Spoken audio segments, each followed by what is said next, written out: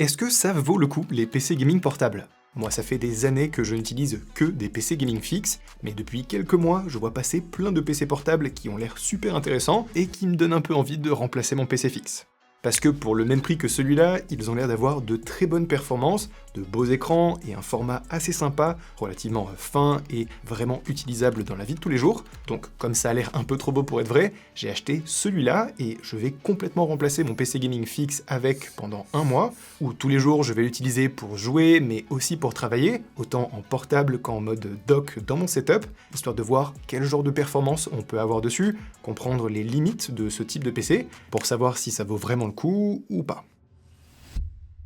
Avant de commencer cette vidéo, j'ai 60 secondes pour vous parler de son sponsor, c'est FlexiSpot. FlexiSpot, c'est la marque la plus connue dans le domaine des bureaux assis debout, et si vous suivez la chaîne depuis un moment, vous avez dû remarquer que c'est à chaque fois leur bureau que j'utilise dans mes vidéos, et là, ils viennent de sortir leur toute nouvelle gamme que j'ai pu tester avec ce E7 Pro, et c'est clairement le meilleur bureau que j'ai pu essayer. Le montage a été énormément simplifié sur ces nouveaux bureaux, avec moins de composants à monter, le plateau pré-perforé et plein de petits accessoires très quali et appréciables, comme le cache-câble magnétique ou l'organisateur de câbles, et un nouveau design des pieds en C pour avoir plus de place sous le bureau. Aussi, on a toutes les meilleures fonctionnalités qu'on peut imaginer avoir sur un bureau assis debout, avec un moteur dans chaque pied pour plus de stabilité, moins de bruit et un poids maximal qui va jusqu'à 180 kg. On a une télécommande avec un écran LED où on peut enregistrer 4 hauteurs différentes, avec même une prise USB sur le côté pour recharger son téléphone, et je suis trop content de pouvoir vous partager des promos grâce à cette sponsor, parce qu'en suivant mon lien qu'il y a dans la description, du 2 au 25 décembre, vous allez avoir jusqu'à 150 € de réduction sur vos commandes,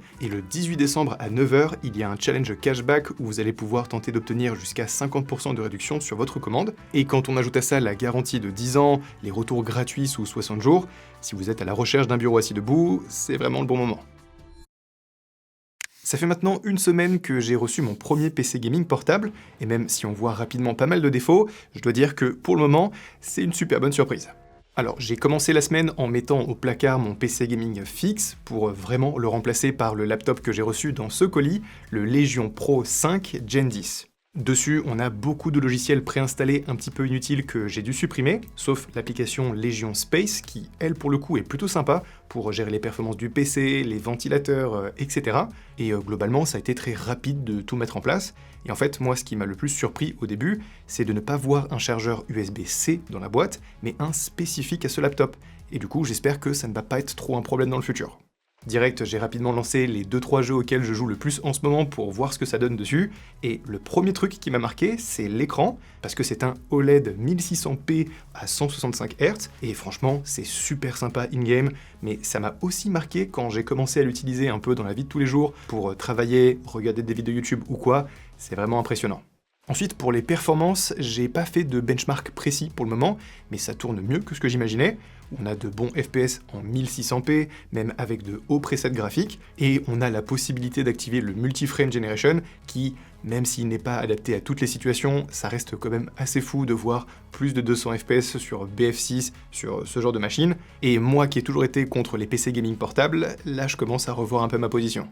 D'ailleurs, ce PC, je l'ai eu à 1500 € avec une 5070, un Ryzen 9 HX, 16 Go de RAM, et si je l'ai choisi, c'est parce que je cherchais un laptop qui coûte le même prix que mon PC fixe actuel pour faire une bonne comparaison entre les deux, et aussi c'est parce que à ce prix, il est souvent considéré comme étant l'un des meilleurs modèles par la plupart des bons reviewers spécialisés. Alors, c'est pas du tout sponsorisé ou quoi, hein. Ce modèle je l'ai acheté avec mon argent et je n'ai aucun intérêt à vous en parler, et d'ailleurs c'est très pratique pour moi de vous en parler 100% librement comme ça, parce que déjà je ne pense pas que ce modèle ça soit un très bon rapport qualité-prix, mais surtout je peux vous dire que déjà en une semaine, je commence à rapidement voir les limites du PC gaming portable, avec les ventilateurs qui tournent à fond dès qu'on lance le moindre jeu. On va sûrement pouvoir améliorer ça plus tard dans le logiciel de Lenovo, mais pour le moment c'est quand même assez violent. Et aussi la batterie c'est catastrophique, je suis resté branché 90% du temps, mais dès que je débranche je tombe à 50% de batterie en moins d'une heure, et ça même sans jouer, donc je pense qu'il doit y avoir un problème dans les réglages,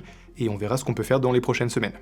Mais en tout cas, mon PC fixe ne m'a pas tellement manqué cette semaine, c'était plus compliqué de ne pas pouvoir jouer dans mon setup où j'ai toutes mes habitudes, donc je vais voir comment je peux me faire un bon setup pour ce laptop dans le futur, et la semaine prochaine, je vais devoir pas mal bouger pour le travail, donc j'ai hâte de tester ce qui vaut en déplacement.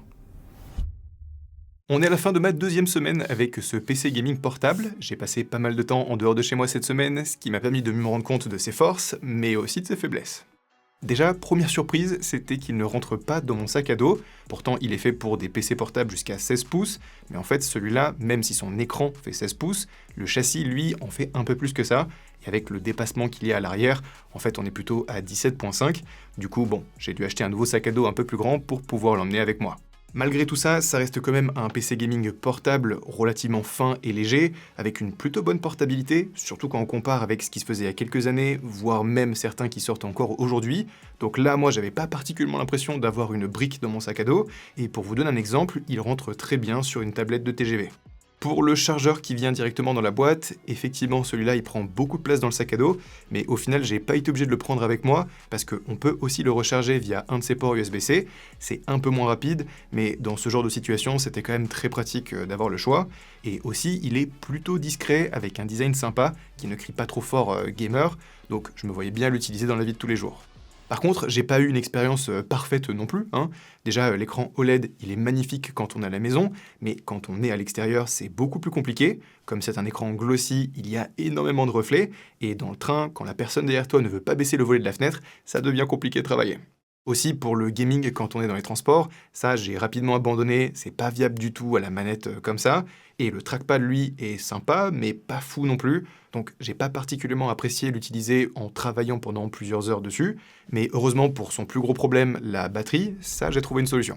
En fait, j'ai pas compris pourquoi la batterie diminuait aussi vite in-game que lorsque je regardais une vidéo YouTube, mais apparemment c'est quelque chose d'assez commun en fait. Il faut juste désactiver la carte graphique dédiée dans l'application de Lenovo pour utiliser le GPU intégré qui permet d'avoir une meilleure autonomie. Moi au final j'ai activé l'option pour que ça se fasse automatiquement, que ça switch sur le GPU quand je lance un jeu ou quoi, et ça m'a permis de passer à une autonomie de 4 heures sur internet pour faire du traitement de texte, mail, etc. et un peu plus de 3 heures à regarder des vidéos YouTube. Donc globalement c'est plutôt correct, mais je comprends toujours pas pourquoi c'est pas réglé comme ça de base dans l'ordinateur. Et quand on lance un jeu, là, y a rien à faire, on est quasiment obligé de jouer tout le temps branché.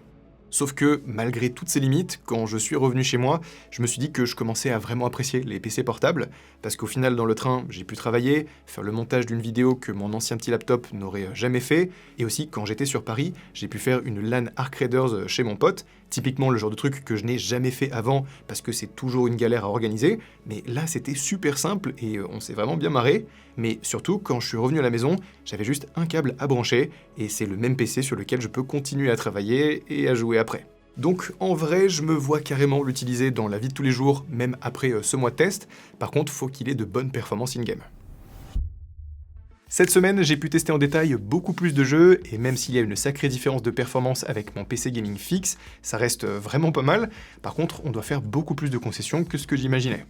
Alors déjà, sur les jeux les plus récents comme BF6 et Arc Raiders en 1440p, on arrive à des FPS plutôt sympas quand on met un mix de réglages graphiques élevé, autour des 110 FPS pour BF6 et 120 FPS sur Arc Raiders. Pour les jeux les plus gourmands comme Cyberpunk et Red Dead 2, c'est pas mal aussi, entre 120 et 130 FPS sur Cyberpunk avec un peu de ray tracing, et 100 FPS sur Red Dead, mais là avec des textures en ultra. Tous ces chiffres-là, c'est sans utiliser de génération d'images, parce que dès qu'on commence à activer le x2, x4, c'est n'importe quoi le nombre de FPS qu'on peut avoir sur un PC portable maintenant, et même si dans certaines situations, ça passe plutôt bien, je pense notamment à Arc Raiders, où moi j'ai beaucoup été en x2 par exemple, ben c'est pas du tout une fonctionnalité sur laquelle il faut compter pour la plupart des jeux.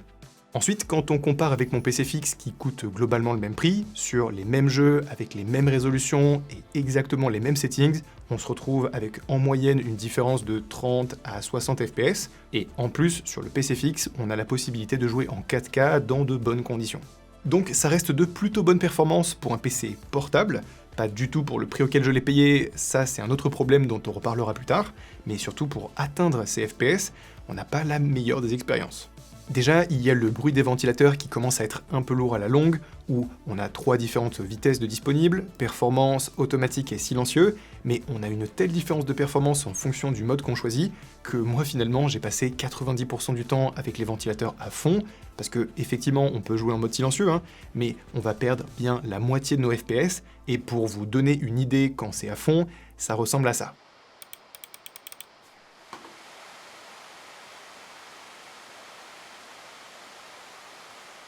Après moi j'ai eu beaucoup de chance avec ce modèle spécifique où le design des ventilateurs est très réussi, avec on arrive à avoir des températures du processeur et de la carte graphique qui restent très raisonnables pour un laptop, mais surtout ça fait que le châssis en lui-même ne chauffe pas trop, et pour le coup j'ai fait pas mal de grosses sessions de plusieurs heures dessus, et même en étant fermé comme ça pour tous ces tests, le clavier ne devient jamais vraiment chaud au toucher, ce qui apparemment est un des gros défauts de pas mal de laptops gaming. Ensuite, j'ai dû faire tous ces tests branchés sur secteur avec le gros chargeur officiel, parce que dès qu'on joue sur batterie, on perd énormément de performance, et bon, de toute façon la batterie tient pas vraiment longtemps quand on est en jeu, donc c'est un PC gaming portable, mais pas tant que ça quand même. Et aussi j'ai commencé à sentir pas mal de limitations niveau RAM et stockage quand je travaille, donc j'ai acheté ce qu'il faut pour pouvoir l'ouvrir et l'améliorer la semaine prochaine. Après, encore une fois, malgré tous ces inconvénients, moi je kiffe toujours autant l'utiliser dans ma vie de tous les jours, donc je vais encore le tester une semaine, et on verra s'il remplacera vraiment mon PC fixe. Ça fait 1 mois maintenant que j'utilise uniquement ce laptop, j'ai bien pu le tester dans pas mal de situations différentes, et même si ça ne remplacera jamais mon PC fixe, c'est pas pour les raisons que j'imaginais. Alors, j'ai commencé la semaine en installant le SSD et la RAM que j'ai reçu. C'était très facile à faire et très cool de se dire qu'on pourra facilement améliorer le stockage et la RAM dans le futur si nécessaire. Et aussi, j'ai fini le setup pour pouvoir bien utiliser ce laptop dedans avec un bras pour le poser dessus et qu'en branchant juste 2 câbles, ça devienne un vrai deuxième écran. Au final, avec cette configuration-là, mon PC fixe ne m'a pas tant manqué que ça. Je pense que c'était plus dur de ne pas avoir mon Steam Deck dans le train, par exemple. Mais là, quand je suis à la maison avec ce PC, il a de plutôt bonnes performances et les ventilateurs, on les entend presque pas dès qu'on met un casque pour jouer. Donc pendant ce mois de test, je me suis pas tellement senti limité. Mais en fait, j'ai tellement aimé la flexibilité du portable que ça a compensé énormément de côtés négatifs, de pouvoir l'emmener un peu partout avec moi, mais surtout pour les moments où, par exemple, j'ai pu le prendre pour continuer le montage d'une vidéo dans le canapé pendant que ma copine à côté regardait une série, alors que normalement, avec mon PC fixe, c'est impossible pour moi de faire ça, je suis obligé d'aller m'isoler dans une autre pièce. Donc ouais, à la base je faisais partie de ceux qui disaient que les PC gaming portables ça ne sert à rien et qu'il vaut toujours mieux mettre une grande partie de son budget dans un PC gaming fixe et acheter ensuite un petit laptop pas cher à côté, mais aujourd'hui je me rends compte que les PC gaming portables ça peut être plus intéressant et pas uniquement pour ceux qui se déplacent souvent. Déjà pour ceux qui, comme moi, aiment la flexibilité que ça représente, mais surtout pour ceux qui ont un budget serré ou pas forcément beaucoup de place à la maison, parce qu'avoir un PC fixe, ça demande d'avoir un bureau dédié, et forcément acheter un clavier, un écran, peut-être une webcam, un micro, etc. Et c'est aussi très intéressant pour ceux qui ne veulent pas construire eux-mêmes leur PC et avoir une solution clé en main de plutôt bonne qualité. Donc pour tous ces gens-là, le PC portable, c'est parfait. Par contre, la vraie différence avec le PC fixe, c'est que c'est pas un bon investissement. Si là, moi j'ai pu facilement augmenter le stockage et la RAM cette semaine, c'est bien les seuls composants de ce PC qu'on va pouvoir améliorer avec le temps, et dans 3-4 ans, quand il va commencer à ne plus avoir les meilleures performances sur les derniers jeux, on ne pourra pas changer son processeur, sa carte graphique comme on pourrait le faire sur un PC fixe, et du coup on va devoir tout racheter. Donc c'est ultra important de choisir le bon modèle pour être sûr qu'il soit le plus future-proof possible, sauf qu'avec le nombre de modèles différents qui sortent chaque année et leurs 25 variations chacun, c'est un enfer pour s'y retrouver. Même moi, pour ce modèle, j'ai pas forcément fait les bons choix. Vu mon utilisation, j'aurais peut-être mieux fait de prendre un modèle avec un écran plus simple et une meilleure carte graphique. Mais le problème, c'est que la plupart des laptops qui sont vendus aujourd'hui sont difficilement configurables avec plus de 8 Go de VRAM, et celui-là, c'était un très bon exemple, où j'ai eu beau prendre la meilleure des cartes graphiques, elle n'avait que 8 Go de VRAM, et donc on se retrouve avec un laptop à 1500 € qui est pas loin d'être déjà obsolète. En fait, avec tout le marketing qu'il y a aujourd'hui autour de ces ordinateurs-là, ça peut nous donner envie d'essayer, alors qu'au fond, on n'en a pas réellement besoin. Moi, j'ai adoré utiliser celui-là pendant ces 30 jours, mais vu le peu de déplacements que je fais en général, si je remplace mon PC fixe par celui-là, ça sera juste un mauvais choix financier sur le long terme. Ça fait maintenant quelques jours que j'ai réinstallé le PC fixe dans mon setup, je vais pas vous mentir, je suis très content de le retrouver, mais alors au final, est-ce que ça vaut vraiment le coup, un PC gaming portable ? Aujourd'hui, il y a plein de laptops qui sont très intéressants, avec beaucoup moins de défauts qu'il y a quelques années. Moi, à la base, j'imaginais vraiment renvoyer ce PC à la fin de ce mois de test, mais l'utiliser tous les jours comme ça m'a vraiment fait changer d'avis. D'ailleurs, je vais le garder. Et je pense que pour beaucoup de personnes aujourd'hui, ça vaut plus le coup de prendre un PC portable qu'un fixe. Par contre, c'est assez important de garder en tête qu'à moins d'en choper un à un super bon prix, un PC fixe, ça sera toujours un meilleur investissement. Du coup, comme c'est pas facile de trouver le bon modèle, je vous ai mis dans la description des liens vers des vidéos qui devraient vous aider à trouver le bon. Et si vous avez aimé ce format de vidéo, je vous ai mis un autre test sur 1 mois à l'écran et vous pouvez cliquer dessus pour le regarder.